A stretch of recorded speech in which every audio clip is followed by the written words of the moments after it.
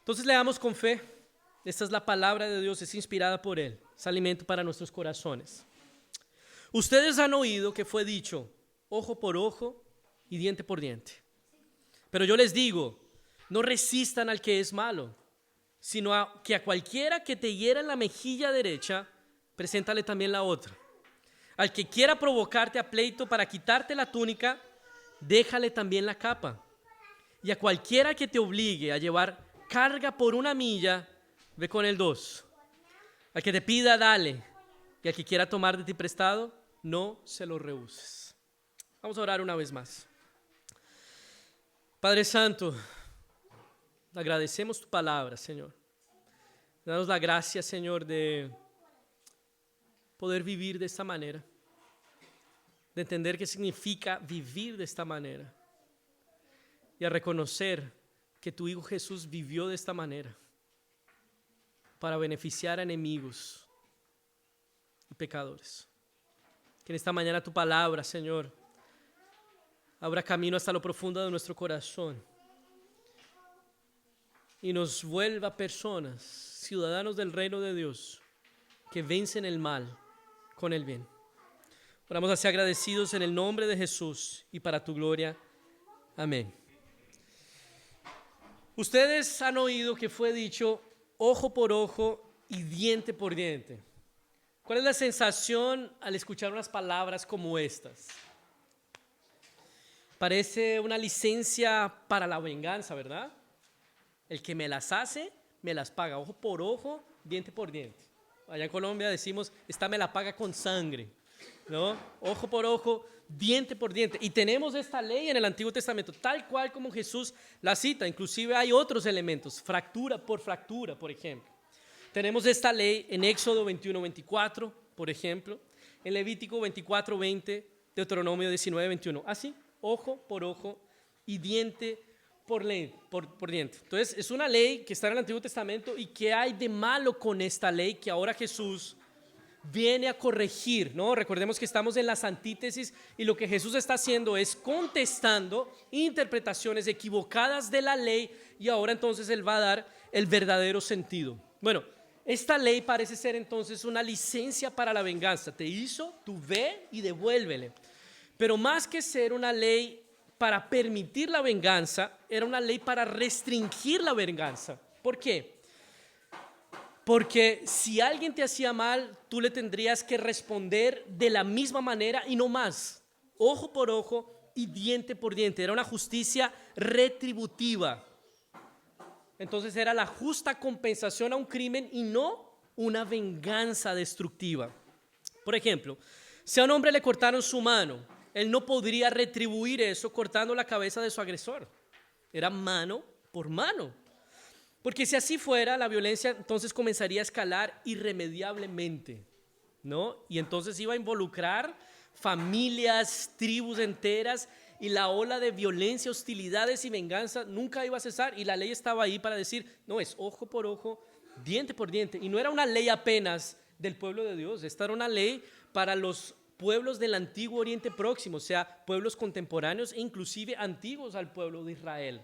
Se dice que desde el código de Hammurabi ya estaba esto ahí en vigor. Entonces era una ley para restringir que la venganza corriera libre y descontroladamente. Eso era lo primero. Y lo segundo es que esta medida fue dada a Israel como nación, no a los individuos, no a los ciudadanos de la nación. ¿Eso qué significa? Que la ejecución de esta medida, de esta justa retribución, era competencia de ¿quiénes? Del poder judicial, no de los ciudadanos. Los jueces se remitían a esta ley y entonces dictaban justa retribución. No era algo que podría ser ejecutado o aplicado por un ciudadano común y corriente. Esto pertenecía al poder judicial. Ahora, ¿cómo era que los escribas y fariseos estaban asumiendo esta ley? Tal vez de la misma manera en que muchos de nosotros la asumimos cuando escuchamos ojo por ojo y diente por diente. Esta es una licencia para ejecutar venganza. El que me las hace, me las paga.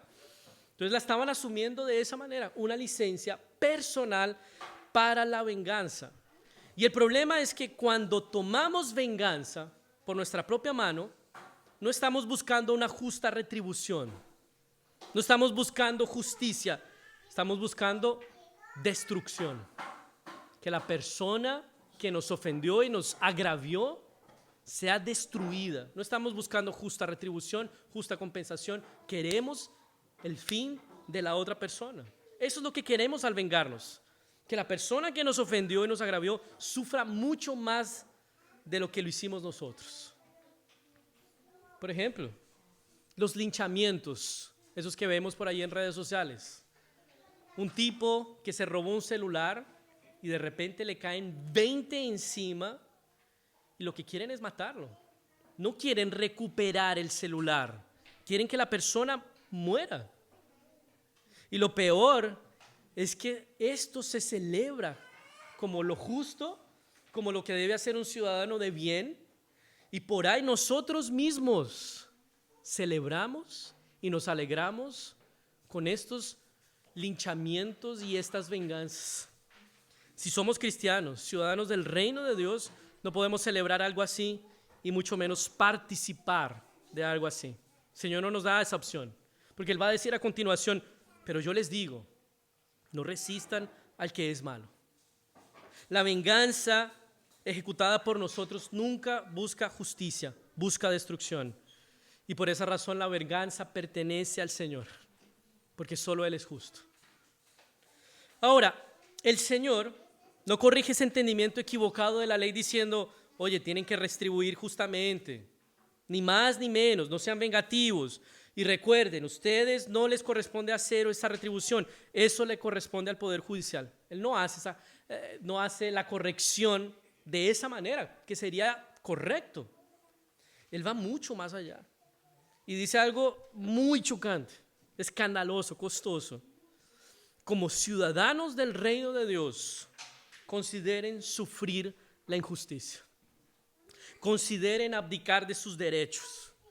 Consideren no responder con represalias. Es mucho más que llevar esa causa a la justicia ordinaria para que sea mano por mano. Un ciudadano del reino de Dios puede considerar sufrir la injusticia sin represalias. Versículo 39, pero yo les digo, no resistan al que es malo. ¿Cómo interpretar esa declaración? No resistan al que es malo. En la historia algunas personas ven en esta declaración un pacifismo radical y absoluto, en el que no se puede hacer absolutamente nada en contra del hombre malo, a tal punto que instituciones legales como el Estado, la policía y el ejército que resisten al malo no deberían existir. Y ya que existen, los cristianos no deberían hacer parte de tales instituciones porque estarían desobedeciendo a la orden de Jesús. Ahí están los cuáquers, los menonitas, cristianos que inclusive no se involucraban en nada que tuviera que ver con el Estado porque no querían tener nada que ver con violencia. Era un pacifismo radical y absoluto. Tolstoy, un filósofo ruso, y Gandhi, por ejemplo, otros pensadores, fueron algunos de los que defendieron estas ideas. ¿Será que Jesús tenía eso en mente? Pacifismo radical y absoluto. No podemos pensar en eso. No podemos pensar que Jesús tuviera en mente esa esfera pública, Estado, policía y ejército. ¿Por qué? Porque la Biblia también afirma que el Estado tiene la espada y no es precisamente para hacer cosquillas, es para castigar al malo. Y además los ejemplos que Jesús usa para ilustrar esta actitud del cristiano son de la esfera individual, son personales, no son, por así decirlo, públicos, de un país contra otro país o de instancias legales. Entonces, no estamos hablando de permitir que el mal avance sin ningún tipo de resistencia. Hay instancias legales establecidas por Dios para hacerlo. Estamos hablando de una disposición personal a no responder con violencia o venganza al que es malo. Vencer el mal con el bien, no con venganza, no con más mal, no con más violencia. De lo contrario, no habrás vencido ningún mal. El mal seguiría en circulación si lo pretendes vencer con el mal. El mal solo se vence con el bien. Eso me recordó una publicación que vi en alguna red social y que la comenté alguna vez aquí. Y es un niño que le pregunta a su papá, papá, Si matáramos a todos los malos, ¿quedaríamos solo los buenos? Y el papá le responde, no, quedaríamos los asesinos. ¿Es así que pretendemos resolver el mal? Con más mal, no hiciste nada. Dejaste que el mal siguiera en circulación, lo perpetuaste. Y entonces Jesús va a proponer una vía que es totalmente diferente a la violencia o al mal para combatir el mal y al pacifismo absoluto y radical que deja el mal libre y sin control. Y aquí entonces vienen unas ilustraciones de la vida personal. Y estas ilustraciones, son, más que ser imágenes para asumirlas literalmente, son ilustraciones de algunos principios. Y el principal de ellos es que el cristiano debe estar dispuesto a no tomar represalias por causa de su ciudadanía, por causa del amor. Entonces vamos con la primera ilustración. Preséntale la otra mejilla. A cualquiera que te hiera en la mejilla derecha, preséntale también la otra. Ahora, la manera de herir la mejilla derecha en aquella cultura suponía hacerlo con esta parte de la mano derecha. Era un golpe así. Y más que ser una ofensa física, se trataba de una ofensa profundamente insultante a la honra de la persona. Ese era el tipo de golpes que le daba a alguien en posición de superioridad a un inferior. Era el golpe que le daba el amo a un esclavo para decir, tú estás allá abajo y yo estoy aquí arriba. Era el tipo de golpes inclusive que en esa cultura recibían mujeres de los hombres para decir justamente lo mismo. Eran golpes para insultar y para herir profundamente la honra de una persona. Romanos a judíos, tú estás allá y yo estoy aquí. Ese era el tipo de insulto que era provocado al herir a una persona en la mejilla derecha. Y si bien involucra el aspecto físico, lo que era profundamente herido no era la mejilla de la persona, era su honra. Algo equivalente a los días de hoy sería la calumnia o la difamación, por ejemplo. Y Jesús dice que el cristiano que tiene su honra, dignidad y reputación heridas y humilladas no necesita contestar, defenderse o responder con violencia. Está dispuesto a soportar con mansedumbre en vez de pelear, en vez de ser hostil y agresivo, porque tiene su temperamento dominado, porque es alguien que confía que su honra, reputación y dignidad están cuidadas por el propio Dios, porque confía que todo eso fue resignificado en la obra de Jesucristo y será defendido por Él. El cristiano dice, mi honra y mi reputación la cuida el Señor. Preséntale la otra mejilla es, no asumas represalias, no te vengues, porque yo estoy cuidando de tu reputación. En un sentido, responder con violencia a las agresiones es una falta de confiar en que el Señor nos defenderá. Es una falta de fe en el Señor. Yo sé, es costosísimo, estamos llegando a la cumbre de la montaña. De hecho, un teólogo danés, Kierkegaard, decía, déjenos a solas con el Nuevo Testamento y no hagan más que comprometerse a cumplir cada una de sus palabras. Y lo único que podemos concluir es, mi vida está condenada al fracaso. Nadie puede progresar de esa manera. Y él entonces a continuación dice que la erudición cristiana es una manera de defenderse de las palabras de la Biblia. Y la idea aquí no es defendernos de esos compromisos a los que la palabra nos llama. Es mirar a Cristo y ver cómo Él, en su humanidad y en su gracia, soportó todo esto para beneficiar a pobres enemigos pecadores. Esto lo hizo Él con nosotros.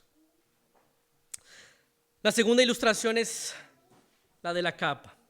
Al que quiera provocarte a pleito, versículo 40, para quitarte la túnica, déjale también la capa. Y aquí tenemos una situación en la que alguien es llevado a una instancia legal, es llevado a pleito para ser despojado de su ropa más básica, su túnica. Los tiempos de Jesús no eran como los nuestros. Allá no habían los closets, los walk-in closets llenos de ropa. La gente era mayormente pobre y lo único que tenían era la ropa que tenían pegada al cuerpo, y la túnica era de lo más básico que ellos tenían. Entonces, perder su ropa más básica significaba quedarse desnudo. Y ahí entonces Jesús va a decir que si te expropian inclusive de eso que es tan básico, entrégale todavía algo mucho más básico, la capa. Fíjense que por ley una capa tomada, expropiada, tenía que ser devuelta a su dueño antes del anochecer, porque también le servía para cubrirse. La capa era algo así sagrado. Fíjense allá en Deuteronomio: si recibes como prenda el vestido de tu prójimo, la capa, deberás devolvérselo al ponerse el sol. Porque ¿cómo podrá dormir si eso es lo único que tiene para cubrirse? Y si él me pide ayuda, yo lo atenderé, porque soy misericordioso. ¿Cuál es el principio aquí? Que como cristianos podemos considerar inclusive abdicar de derechos garantizados por la ley a fin de no responder con venganza. Durísimo, ¿no? Yo les confieso que mientras que preparaba este sermón yo intentaba considerar, pero ¿cómo, Señor? Yo no quiero hacer esto. Yo no quiero abrir mano, renunciar a derechos mínimos garantizados por ley a fin de no vengar, porque eso es propio de un ciudadano del reino de los cielos. ¿Cómo vivir de esa manera? Yo no tengo, no sé cómo convencerlos de esto, a no ser al final, voy a intentarlo. Pero mientras que yo estudiaba, Señor, esto es casi que ser un saco de boxeo para los demás, un trapo del piso para que los demás me pisen. ¿Cómo se puede vivir de esa manera? Considera, inclusive, abdicar de derechos garantizados por la ley a fin de no vengarte. Versículo 41, la milla extra. Y a cualquiera que te obligue a llevar carga por una milla, ve con él 2. Esto es propio de la ley romana que estaba vigente en aquella época. La ley romana permitía a los soldados obligar a cualquier ciudadano a cargar su equipamiento por máximo una milla. ¿Ya? Por eso es a quien quiera que te obligue a cargar una milla, entonces ve con él 2.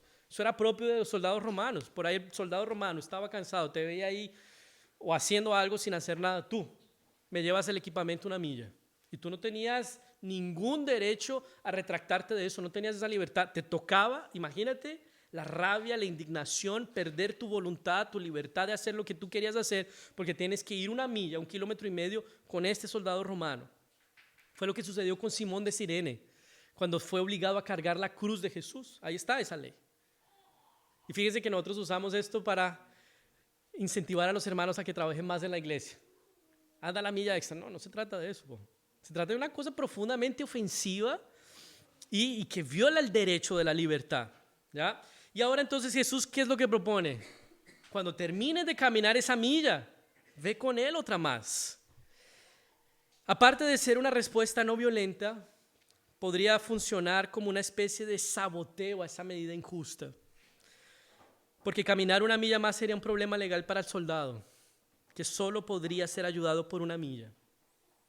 Y no solo eso, daría iniciativa al agraviado de decidir qué hacer después de que fue obligado a hacer algo que no quería. ¿Sí me entienden? Le daría la libertad ahora al agraviado de decir, no, yo voy contigo una más.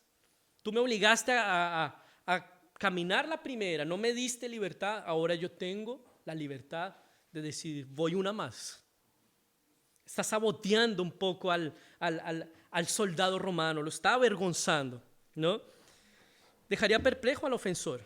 Aquel que debería estar airado está dispuesto a seguir. Entonces fíjense que Jesús está promoviendo una nueva manera de lidiar con las injusticias, en las que no se responde con el mal ni con la violencia, sino con mansedumbre y templanza, en la que los ofensores son avergonzados y expuestos en sus injusticias.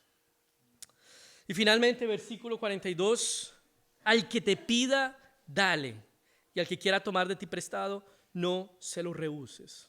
Entonces, Jesús ya mencionó nuestra honra con la primera ilustración, nuestros derechos garantizados por ley, segunda ilustración, y nuestra voluntad, tercera ilustración. Y ahora va a tocar en algo que estamos bien dispuestos a preservar ferozmente, nuestra propiedad, nuestro dinero, aquello por lo que hemos luchado y trabajado tanto, y llega alguien y lo toma de nosotros. Al que pida, dale. Como cristianos tenemos delante de nosotros la opción de soportar la pérdida de nuestros bienes. Y eso no significa dar indiscriminadamente al punto de empobrecernos o comprometer el sustento de nuestra familia. Si das a los otros, pero no provees para tu familia, la Biblia dice que eres peor que un incrédulo. Pero como cristianos, no debemos preservar nuestra propiedad y nuestro dinero de tal forma que demos la espalda a personas en necesidad. Y especialmente personas de las que no podemos obtener algún beneficio. Personas que tal vez no van a devolver lo que tú les diste. Porque aquí la idea es esa: al que te pida, dale. El que quiera tomar de ti, no se lo rehuses.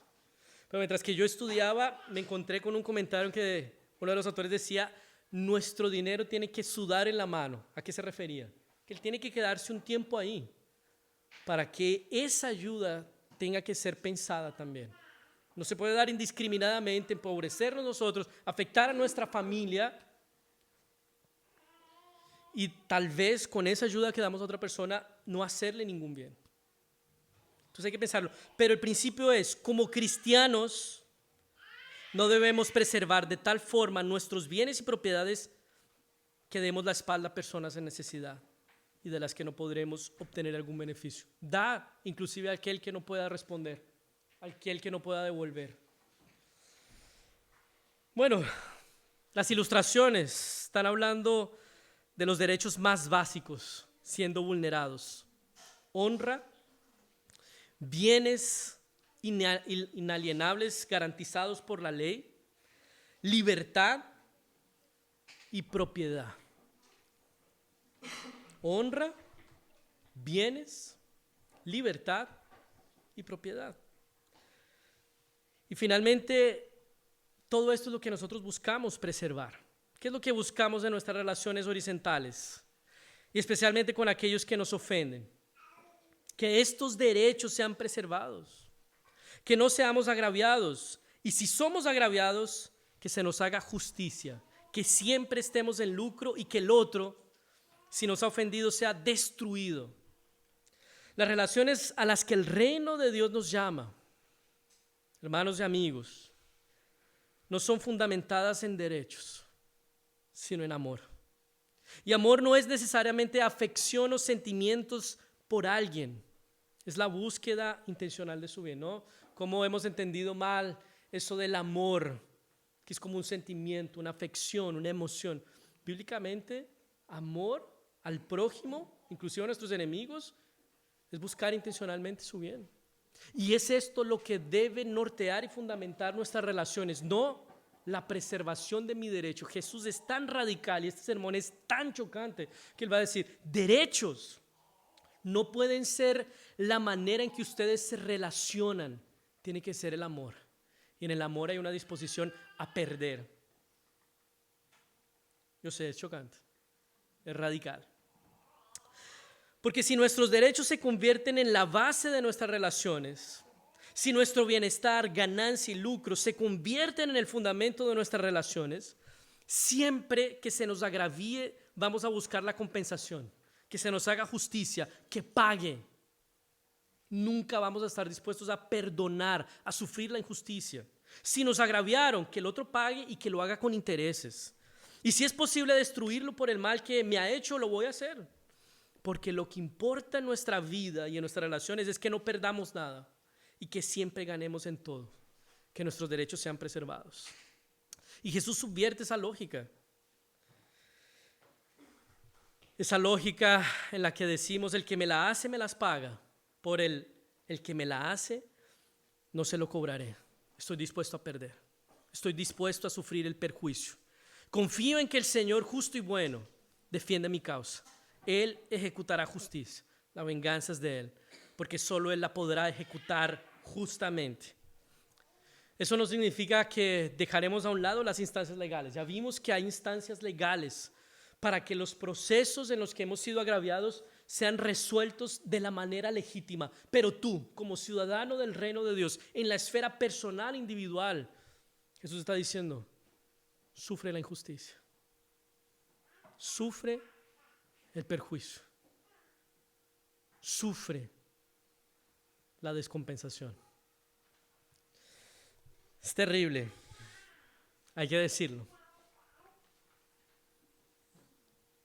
Sobre todo a nosotros que estamos acostumbrados y programados para ganar, ganar y ganar. Nunca queremos perder.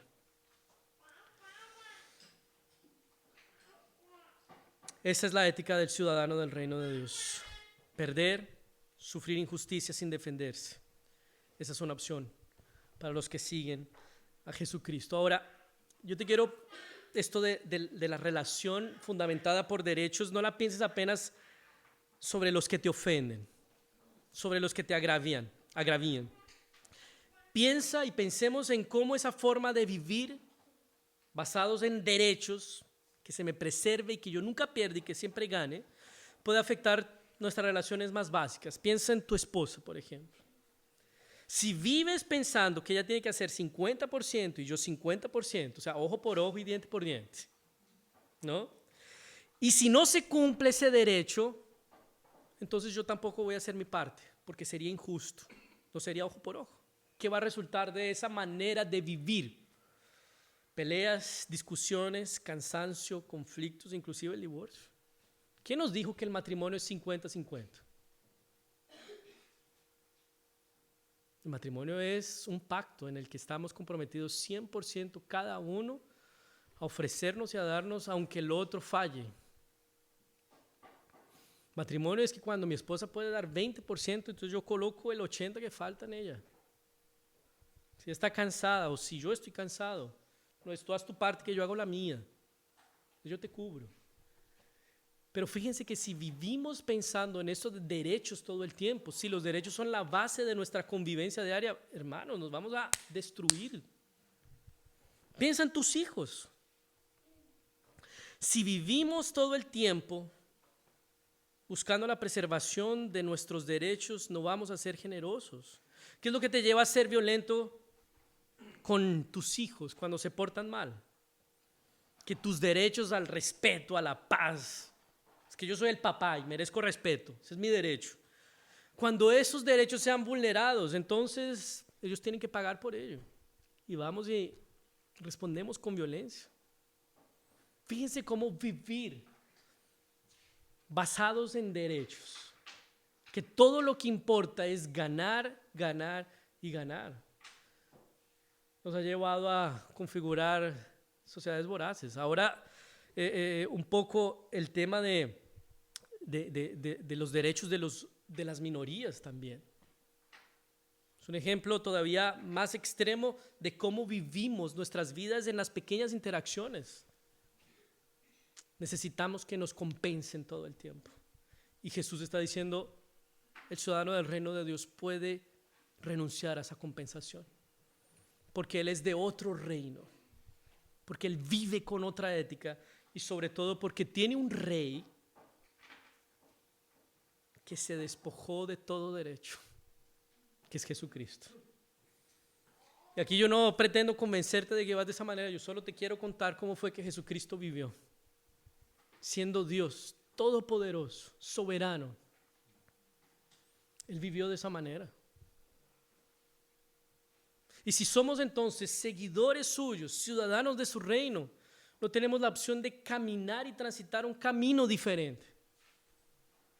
Ahí está su vida y su ejemplo para seguir sus pasos, pero su vida y su ejemplo no son apenas ejemplos para seguir. Un ejemplo como el de Jesús es aplastante, ¿verdad? Su vida y su ejemplo son redentores. Su vida y su obra en la cruz hacen que personas egoístas que viven en el reino del yo sean migradas al reino de Dios, donde se pierde, porque el propio rey perdió. ¿Por qué será que Jesús nos pide algo así? Algo que parece prácticamente imposible. Porque Él mismo vivió así. El rey de este reino se despojó de su gloria para beneficiar enemigos pecadores. Entonces, sí, es imposible vivir para nosotros así, a no ser que seamos transformados por el Rey, que renunció a todo derecho para beneficiar y bendecir a enemigos y rebeldes. Es imposible vivir para nosotros de esa forma, a no ser que aquel que resistió al mal por medio de su entrega perfecta y amor sacrificial nos dé de su propio espíritu. Es imposible para nosotros vivir así, a menos que el espíritu de aquel que no cometió pecado, ni hubo engaño en su boca, de aquel que cuando lo maldecían no respondía con maldición, cuando sufría no amenazaba, sino que remetía su causa al que juzga con justicia, no esté en nosotros. No puede haber ciudadanía del reino de Dios sin que el espíritu del rey de ese reino esté en nosotros produciendo esa vida. Es imposible.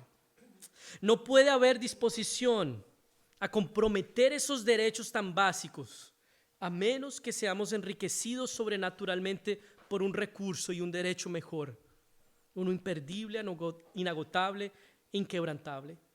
Y fíjense que esto no es derecho en verdad, el amor de Dios no es un derecho, es algo que se nos da por gracia, es un regalo. Y a menos que seamos abrazados por ese recurso mucho mejor que esos derechos, no vamos a estar dispuestos a comprometer esos derechos. Quien tiene su mundo organizado y fundamentado no por derechos, sino por el amor y la propia presencia de Dios, el amor de Dios, puede perder, puede repartir, puede comprometer su dignidad, seguridad, libertad y propiedad. ¿Por qué? Porque hay algo más precioso que organiza su mundo. Hay algo más esencial que sustenta toda su vida. Hay algo más. No está vacío eso ahí. Hay algo mucho más sólido, consistente. Es el amor sacrificial, el perdón costoso y la aceptación generosa del Creador. Eso es lo que debería fundamentar. Como ciudadanos del reino de Dios, además, podemos tener la certeza de que este reino materializará, de hecho, los sueños que tenemos por un mundo en el que la dignidad de las personas sea preservada, donde su seguridad sea inquebrantable, donde su libertad sea garantizada y donde su propiedad no sea violada. Eso sucederá en el reino de Dios. En este mundo vamos a seguir sufriendo aflicciones, pero podemos confiar, nuestro Redentor venció al mundo y no lo hizo por la violencia, por la espada o por la opresión. Lo hizo por el amor, la entrega y el sacrificio por sus enemigos. Lo hizo dando su vida, perdonando sus pecados, no respondiéndoles con mal a su mal, sino con amor, gracia y misericordia. Entonces, al ser llamados a vivir una vida así, no se nos pide nada que nuestro Redentor y Señor Jesucristo no haya vivido y no haya hecho para vencer el mal. Es allá donde tenemos que dirigir nuestros ojos cuando estemos en esa situación de pérdida. Él lo perdió todo para beneficiarnos a nosotros. No hay manera. Llegamos a la cumbre de este sermón, chocante. Veo sus caras y no es la misma de otros sermones. De verdad. Yo mismo estuve así esta semana. Pero hay que decirlo porque es palabra de Dios. Y que el Señor nos ayude por su gracia.